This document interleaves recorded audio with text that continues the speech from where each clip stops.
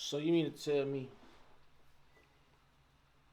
he up knife, put a switch on it,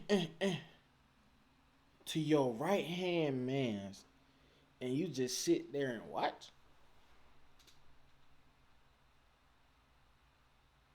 Maybe that, me personally, what it do, YouTube? It's your boy Jordan. Y'all already know what's going on. Peekaboo, look, we got 3 true school lockdown horror stories. It's not really a horror stories. I just like the story times. I'm not gonna lie. Like, comment, subscribe, send me stuff y'all want me to react to on Instagram, yrn.jjj, or check the community tabs on my page and drop the link down in there. Let's go. 3 students from Westlake High had gone missing in the past month. The police were out on the hunt. Some said they'd been spotted at the abandoned mall on Route 16. Others whispered about a van circling the neighborhoods around school. Our parents started driving us to class. Teachers patrolled hallways during breaks, and the district implemented twice-weekly lockdown drills just to be safe. The first thing I noticed wasn't his face, it was the smell. Copper and chemicals, like pennies soaked in bleach. Our regular history teacher had been out sick for 3 days. This substitute, Mr. Rowan, carried himself differently from other teachers. While he wrote on the whiteboard, his sleeve inched up, revealing a dark stain his hasty washing hadn't quite removed. I was still staring, trying to piece it all together, when the lockdown alarm blared. The classroom froze. This wasn't the half-hearted monthly drill tone. This was the shrill, pulsing wail they'd only tested once, the one that meant inescapable danger. "Everyone under your desks," Mr. Rowan said, unnervingly calm. He didn't look one bit surprised. As we scrambled for cover, I caught a glimpse through the classroom window. Police cars silently pulling into the parking lot, officers crouching behind vehicles, weapons drawn. My heart hammered against my ribs. My uncle's a cop. Those weren't positions for a drill. Mr. Rowan didn't follow protocol. He didn't check the lock or turn off the lights. Instead, he pulled down the blinds with deliberate slowness, watching the police through the narrow gap. Something changed in his face, a tightening around the eyes, a twitch at the corner of his mouth. That's how I knew they were here for him. I reached for my phone, but his hand clamped down on my wrist. His grip was crushing, nothing like a teacher's warning touch. "No phones, Hannah." His whisper had raised the hair on my neck. "I know you're a good girl." We hadn't done roll call. His other hand emerged from his pocket holding a hunting knife. Not a small pocket knife, but a serrated tactical blade at least 6 inches long. The kind hunters used to gut deer. The fluorescent lights caught its edge as he turned it slowly. "Everybody's phones now." Tyler caught my eye from beneath his desk. His jaw was set, and I recognized the look. The same one he'd had before breaking his arm jumping off Miller's Cliff last summer. Reckless determination. I shook my head. Bro, getting stabbed and almost dying for the coochie is not gonna guarantee it for you. Whoever told you that is lying to you, bro. Please don't do it. Don't do it. Don't do what they trying to foreshadow that you were about to do. Don't do it. Head fractionally. "You know what's funny?" Mr. Rowan said, collecting phones in a metal trash can. "How easy it is, walking in with a briefcase and a smile." He chuckled. "No one checks. No one inquires. You just say you're from the district office, and they hand you a classroom full of kids." A soft whimper came from somewhere in the room. He whirled toward the sound, nostrils flaring. "Shut up!" His voice changed, dropping any pretense of normalcy. "Or I'll give them something to find besides the janitor." Janitor? I froze. Mr. Keller had been missing since Monday. Suddenly, a knock at the door made everyone flinch. Mr. Rowan? Miss Riley's panic-filled voice boomed. In one fluid motion, he grabbed me, pressing the knife against my throat while pointing it threateningly at the rest of the class. His eyes swept the room with a promise that screamed, "Make a sound, and I start with her." Through the door's small window, I could see only Miss Riley's silhouette, not her face. She couldn't see what was happening inside either. They're evacuating the East Wing. They found Her voice dropped. Just stay put until officers clear your hallway. Found what? My pulse roared in my ears. All present, he called back. The moment she left, my chair creaked. I had shifted. His head snapped, pupils dilated so wide his eyes looked black. You moved, he said, voice eerily childlike. No one's supposed to move during lockdown. He lunged, grabbing my hair and yanking me up, the knife pressed under my jaw, cold metal against my pounding pulse. All of you, he commanded. Against the wall. My classmates stood up, trembling. You're coming with me, he whispered in my ear, his breath hot and sour. Suddenly, Tyler launched himself. You did it, bro. Like, bro, she's not gonna, bro, okay. From behind a desk, swinging the metal leg he'd twisted off of his chair. It connected with the substitute's knee with a sickening crunch. The man howled, slashing wildly. The blade caught Tyler's arm, opening a gash that immediately bloomed crimson. But the distraction was enough. I slammed my elbow into his ribs and broke free. Everyone get him! I lunged for the classroom phone, jabbing the emergency button. Room 207! I screamed into the receiver. He's got a weapon! He's not a teacher! The substitute's face contorted with rage. He limped toward me, knife raised high. I've gutted people for less! He snarled, lunging forward, but Tyler tackled him from behind. They crashed into desks, a tangle of limbs and blood and fury. Other students joined in now, desperation overcoming fear, throwing books, chairs, anything to slow him down. The door burst open. 2 officers rushed in, weapons raised, shouting commands that blurred together in my adrenaline-soaked brain. The substitute was pinned, cuffed, dragged upright. As they pulled him past me, he turned, his face inches from mine, and smiled. Promising, terrible, like a death mask carved from flesh. You disappoint me, Hannah, he whispered, so softly only I could hear.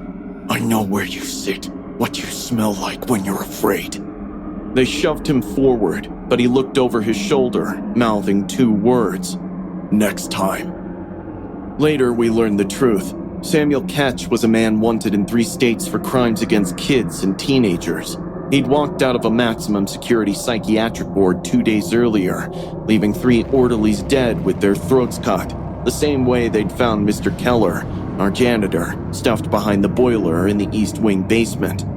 The real substitute had been found in the trunk of his own car, 3 miles from the school. Sometimes at night, I can hear that soft click of the box cutter. I've switched schools, but I check the substitute's cuffs every time a regular teacher is out. Moral of the story is, at the end of the story, she still didn't say she kissed him, hugged him, Bro, if it's not your mom, your daughter, or a select few of your choice family members, don't die over the coochie. Don't risk your life over the coochie. It's not worth it. Because picture this. You save her, but you wind up dying. Now some other dude comes comfort her because you died and she really appreciated your heroism, but she didn't get a chance to tell you. So she embraces that to him. He comforts her. She falls in love with the care he gives her. You just died so another nigga could smash. Think about it. What would your granddad say? I keep replaying that moment in my head, the moment when Liam let go of my hand, the moment I should have held on tighter. It was supposed to be a normal Friday, Mr. Carter droning on about quadratic equations while I texted Liam about weekend plans. Just 2 more periods until freedom.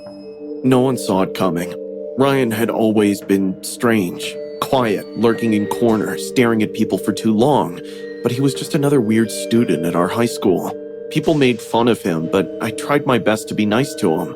We exchanged smiles a few times in the hallway until Liam told me that he was getting creepy vibes from him, and I stopped looking his way. Then, he was lost in shadows. Until that day, the school intercom came to life. Attention, this is a lockdown. This is not a drill. Please go to the designated safe areas immediately. At first, no one moved. Then I saw Ryan sprinting past our door, a huge knife in his hand. His hands were dripping red. That's why you always be cool with the quiet kids, bro. This is why.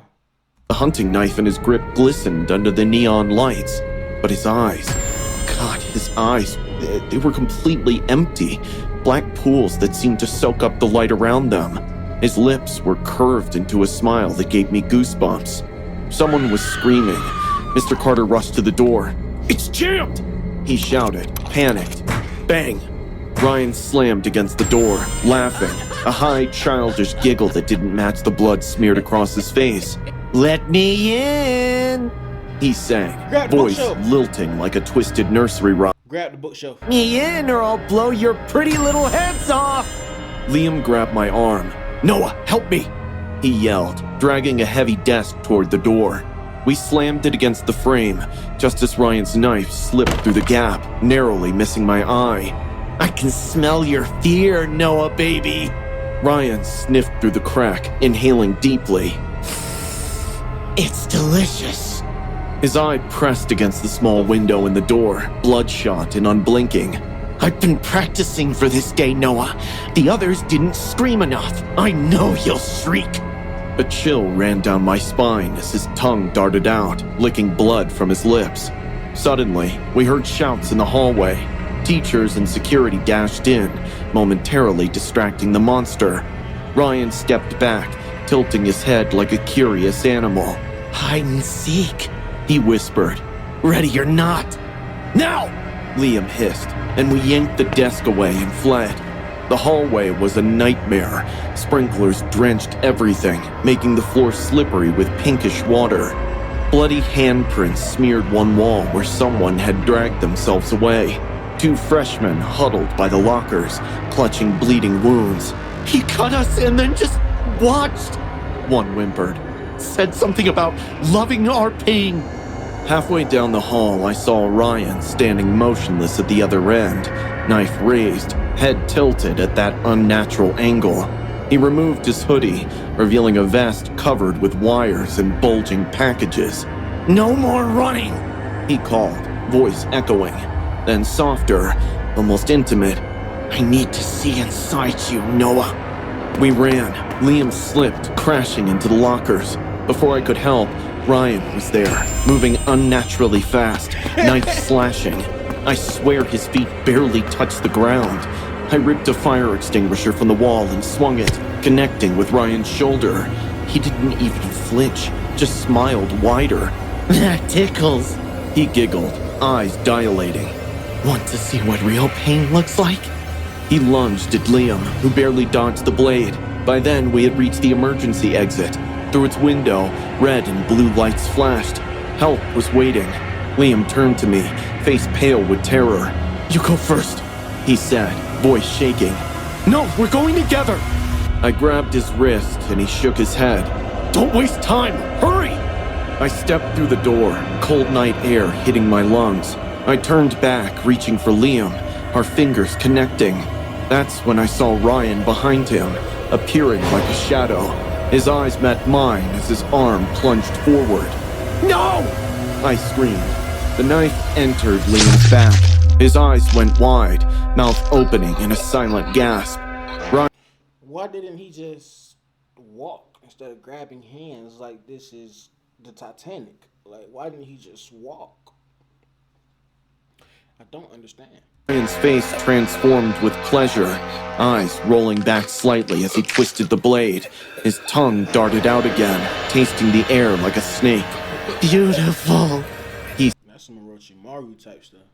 sighed, as if witnessing something transcendent. The cops were running toward us now, but Ryan wasn't done. The blade flashed again, driving into Liam's side with a wet sucking sound. I couldn't let go of his hand. I couldn't. "Just hold on, don't let go," I begged. Blood bubbled from Liam's mouth, but somehow he managed to smile. "Live your life, mate," he whispered, his fingers going slack in mine. And then he let go. I screamed as his hand slipped from mine, as his body crumpled onto the concrete. The cops tackled Ryan, who didn't resist. He just stared at me over their shoulders, smiling that unnatural smile. "I'll see you in your dreams, Noah," he said, voice carrying impossibly over the chaos. Hours later, I sat on the curb outside the school, wrapped in a shock blanket. Someone had washed Liam's blood from my hands, but I could still feel it, sticky between my fingers. The paramedics couldn't save Liam.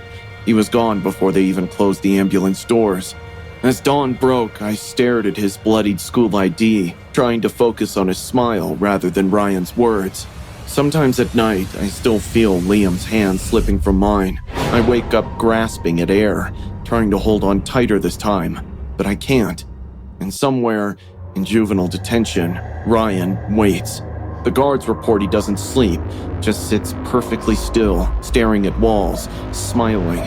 Sometimes, in the darkest hours of the night, I swear I can feel him watching me through the miles between us. And in my dreams, he whispers that he's coming for me, that he wants to finish what he started, that he... So you mean to tell me he up knife, put a switch on it, to your right hand man's, and you just sit there and watch? Maybe that, me personally, that's all I'm saying. You just watch. needs. You don't go to the YDC he had, visit a random inmate, a random violent inmate, put about $40, $50 on his books, slide him a honey bun, say, hey, handle that. You ain't gonna do that, you just gonna let that ride. That's just me. To see inside me. I was halfway through my second cup of coffee when the call came. It was Mrs. Gallagher, my daughter's homeroom teacher. While sobbing, she told me the school was in lockdown as a mad high schooler got in with a gun. The mug fell from my hand and shattered on the kitchen tile. I grabbed my keys and raced out the door, already dialing 911. I ignored the traffic laws. The only thing in my head was Bloom, my daughter, my only child. She was all that was left of my wife Claire, who died 5 years ago. I had raised Bloom alone, shielding her from everything. Alright, so here's what I'm thinking. He ain't gonna go for nothing. I mean nothing. And now she was still in a school with a kid with a gun. The outside of the school was in total chaos. Police cruisers, ambulances, and fire trucks blocked the road with their flashing lights illuminating the pavement with violent streaks of red and blue. Officers in tactical gear yelled orders into the radio. Parents were gathered at the barricade yelling for their children. I shoved through the crowd, barely able to breathe. "Derek, step back!" It was Officer Brady from my neighborhood. I grabbed his sleeve, my voice raw. "My daughter's in there. She has asthma. She could suffocate. Let me in." He shook his head firmly. "We have it under control. You need to stay back." "You don't understand," I hissed. "If she panics, she could collapse. She needs me." Brad's expression didn't soften. "We'll get her out. You just have to let us do our job." For a moment, I stood there, fists clenched and my body shook with helpless rage. I could hear the cries of parents ringing in my ears, but I was not going to be still while my daughter was in there. I slipped back away from the crowd and gingerly walked around to the back of the building. I discovered the loading dock, which was completely empty. There were no officers and no barricade. That's when I saw it, a window, slightly open, big enough for me to squeeze through. I didn't hesitate. I pushed the window up, climbed up onto the ledge, and fell inside. My hands stung after the fall, but I didn't care. I was inside the building. The hallway was dark, with flashing emergency alarms projecting dim red lights. The sounds of faint sirens wailed in the background, but were muffled by the heavy silence. I moved slowly, hugging the wall. My breath came fast and shallow. Every step felt too loud. Suddenly, a loud gunshot made my ears ring. Down the corridor, windows shattered, sending glass cascading onto the tile. My legs locked for half a second, but then I moved, faster now, toward Bloom's classroom. I knew precisely where it was. Turn left, room 214. I spotted her through the window. She was crouched under a desk with 4 other Yeah, she got her inhaler. What you? children. Her little fingers held onto her inhaler, but she was gasping too much to use it currently. Her lips were pale, and her chest rose and fell in small, short breaths. I didn't care if I exposed myself. I opened the door. Bloom! I hurried to her and got to my knees. Her eyes widened in recognition, but there was no voice. Her fingers were fumbling with the inhaler. Breathe, not baby, just like we practiced. I could hear the shake in my voice, nice and slow. Her hands were too shaky. I took her small hands and guided the inhaler to her lips. Take a deep breath. Hold. Okay, count to 3. That's my girl. Behind me, a boy maybe 10 years old pulled at my sleeve, barely supported by his voice. He's coming. I stiffened. Footsteps. Heavy. Slow. Deliberately. How do you not close the door, bro? Like, I know this is just for entertainment, but it genuinely gets on my nerves. The shadow appeared first, stretching against the wall. Then he stepped into view. A kid, probably no more than 17 or 18. His face was still a mess of zits, but his eyes were empty. He was carrying a shotgun in his hands. His eyes were flicking to the classroom door. He couldn't see me yet. Move, Derek. Now. I shoved Bloom into the wall, leaning against her. He lifted the gun and fired. The tube lights overhead shattered, exploding glass. The kids screamed, crying under their desks. Bloom was holding on to me, squeezing my arm with her fingernails. I didn't think. I lunged. Hey! I yelled, grabbing a chair and throwing it at him. The metal legs smashed into his ribs and he stumbled backwards, the shotgun falling out of his hands. Run! I screamed. The children took off, gripping one another, sobbing and finding their way to the hallway. Bloom's legs weren't holding her, and her air was short, but she still moved, breath short and quick. Go, baby, don't stop! I shouted. The assailant regained his footing, charging me into the wall. I hit my head on the plaster and my eyesight blurred. He was on top of me, fists flying. I could taste blood. My ribs were screaming at me. My fingers closed around something cold sometime during the fight. The shotgun. I squeezed it and swung it wholeheartedly. Bone broke. Blood splattered. He sagged onto the tile, moaning. I outstretched my arm as I rolled off the floor. My ribs were writhing, and my knees wanted to fold in on themselves, but I forced myself to move. As I staggered out of the building, the first thing I saw was Bloom in Officer Brad's arms, crying uncontrollably with her face buried in his chest. Bloom! I yelped, my voice cracking. Her head snapped up. She broke free from Brad's hold and ran toward me, arms outstretched. I held on to her, gripping her so tightly. I worried that I might break her. I felt her tears soak my shirt.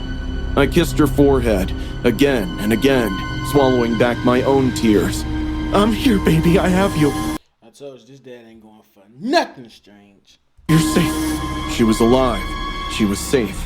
And so was I.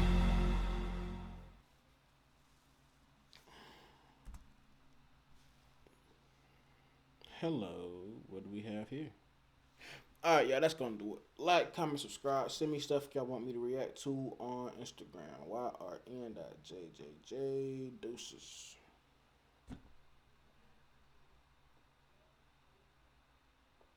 From a young nigga to a grown man, ball in my hands, I control it. Fuck all them other guys, he ain't wanna mind, get in my way.